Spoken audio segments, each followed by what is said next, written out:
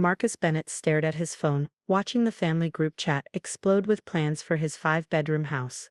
His siblings had always seen his home as community property, but this time they'd outdone themselves. Marcus has all that space going to waste anyway, his sister Katie wrote. It's perfect. We can put the kids in the basement rec room, his brother Peter added. Like a fun summer camp. The irony wasn't lost on Marcus. While they planned their invasion, he was sitting in his study surrounded by moving boxes. After 15 years of building his cybersecurity firm from nothing into a billion-dollar enterprise, he'd finally accepted the CEO position at Global Tech Solutions in Singapore. His house would be rented out to a diplomatic family starting next month, but his family didn't know any of this. They'd never bothered to ask about his work beyond vague references to computer stuff. They had no idea he'd sold his company for $2.7 billion last month. To them, he was just reliable Marcus with the big empty house and endless patience. His phone buzzed again. A message from his mother. Darling, we need to discuss the renovation arrangements. Coming over for dinner tonight. Katie and Peter will be there too. Marcus typed a simple okay, while checking his Rolex. He had a video call with his Singapore team in an hour, then a meeting with his property manager about the house rental. The movers were coming tomorrow to pack his art collection and rare books. Perfect timing for a family showdown. His sister Katie had always been the family organizer, planning everyone's lives without consultation. Peter, the youngest, simply followed her lead. Their parents enabled it, viewing Katie's take-charge attitude as a blessing. Now they'd decided to renovate their home simultaneously, assuming Marcus would house them all. We'll need your garage for storage, Peter texted. Hope that's not a problem.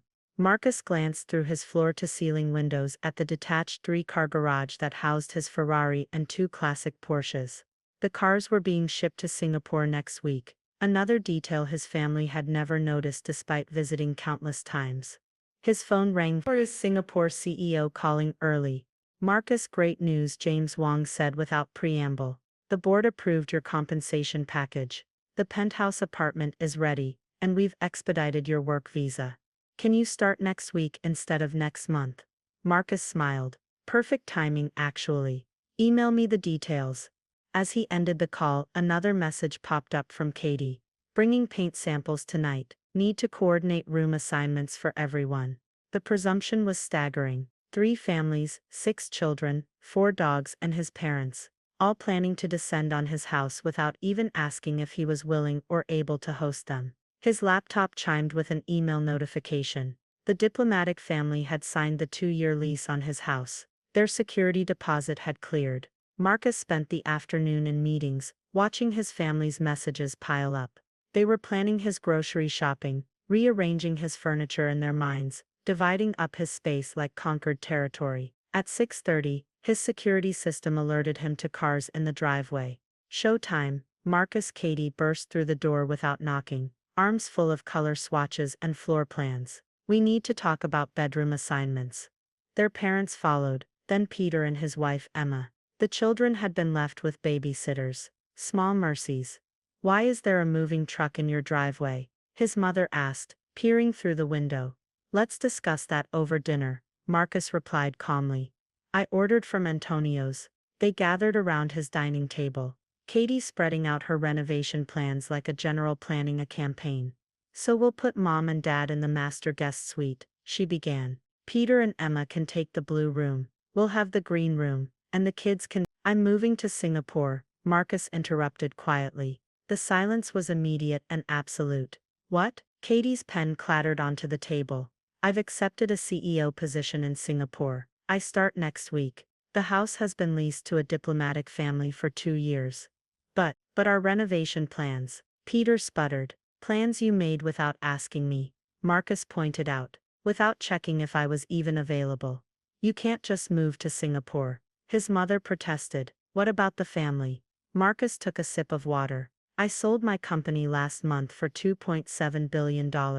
I'm starting a new chapter of my life. More stunned silence. Billion, Katie whispered. But you never said anything. You never asked. You were too busy planning how to use my house, my time, my resources, all without ever wondering about my own plans or success. But where will we stay during the renovation? Oh, Peter asked. Marcus pulled out his laptop. I took the liberty of finding some excellent short-term rentals, all paid for, all available next month. He turned the screen to show them the luxury properties he'd arranged. You're paying for our accommodations? Emma asked softly. Consider it a parting gift, but also a lesson in assumptions and respect. His mother started crying. Katie sat frozen, her renovation plans forgotten. Peter stared at his hands. I've always been happy to help the family, Marcus continued, but it's time you learned to ask instead of assume. To see me as a person with my own life and plans, not just a convenient solution to your problems. The doorbell rang. Dinner delivery. As they ate in awkward silence, Marcus outlined his plans. The moving trucks would finish tomorrow. He'd fly out next week. The diplomatic family would move in at the end of the month. But what about Christmas? His mother asked tearfully. You're all welcome to visit me in Singapore, he replied. My new penthouse has plenty of room. Just ask first. Katie finally found her voice. Why didn't you ever tell us about your success? Would it have changed how you treated me? Would you have stopped assuming my time and space were yours to allocate?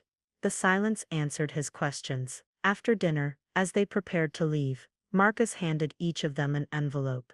What's this? Peter asked. First-class tickets to Singapore for Christmas. If you want to come, let me know. But this time, ask properly. Standing in his driveway, watching their cars disappear into the night, Marcus felt lighter. Tomorrow the movers would pack up his life. Next week he'd start his new adventure. His phone buzzed one last time.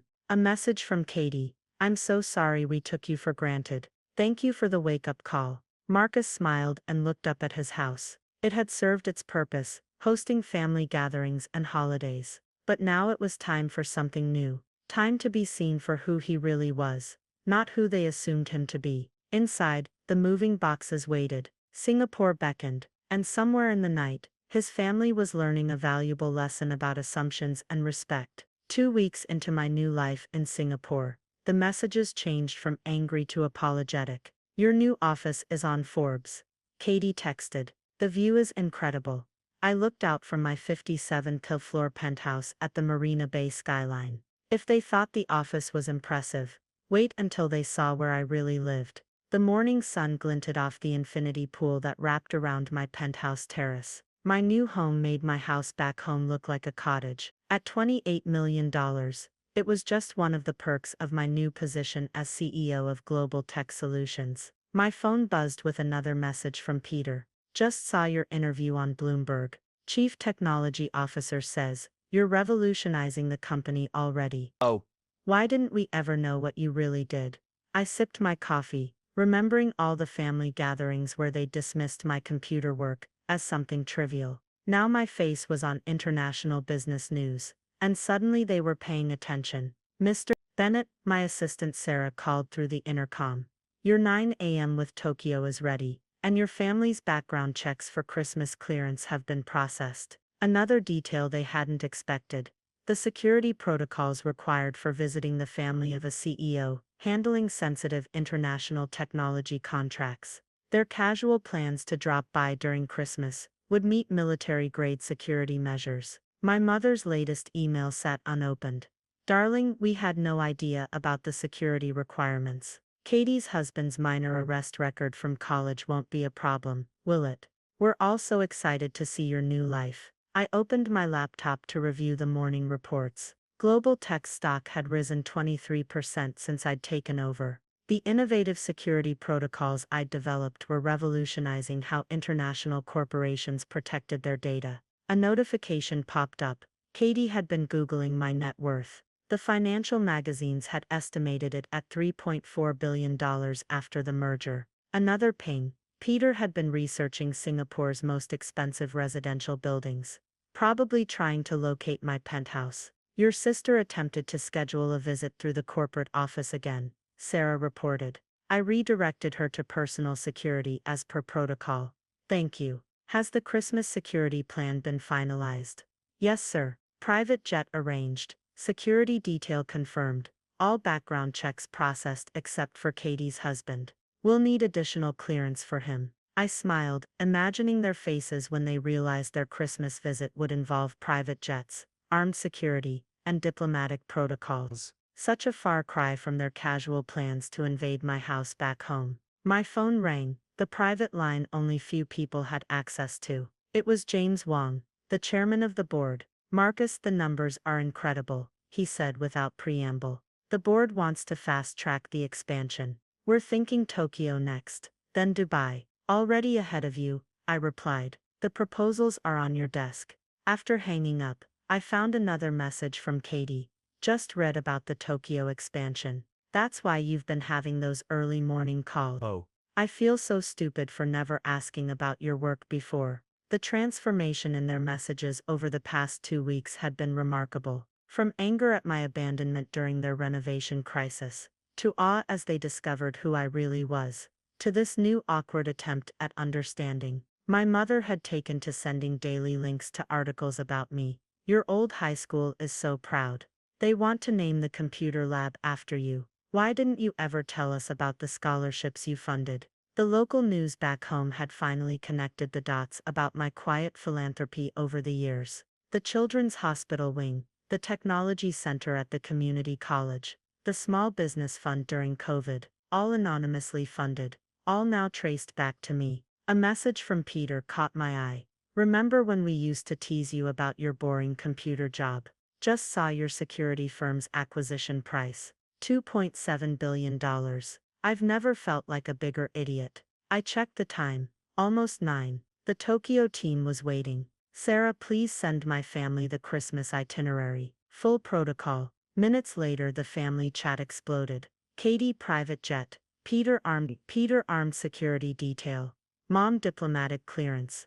Dad, background checks. I muted the chat and joined my video call. On screen, Tokyo's top executives waited to hear my plans for revolutionizing their security infrastructure. This was my world now, one my family was just beginning to understand. After the call, I reviewed the Christmas security briefing. My family would be picked up by armored vehicles, flown on my private jet, and escorted to their 5-star hotel suites. My penthouse, with its panic room and security features, would host Christmas dinner. Sarah's voice came through the intercom.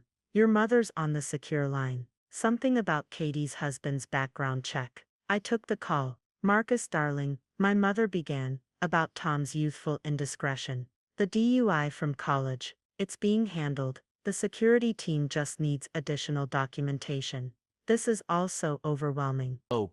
We had no idea your life was like this now. You never asked, Mom. You were all too busy planning how to use my resources to wonder how I acquired them." The silence on her end was heavy with understanding. "The cars will pick you up at 9 a.m. on December 23rd, I continued. "The security team will brief you on protocols tomorrow."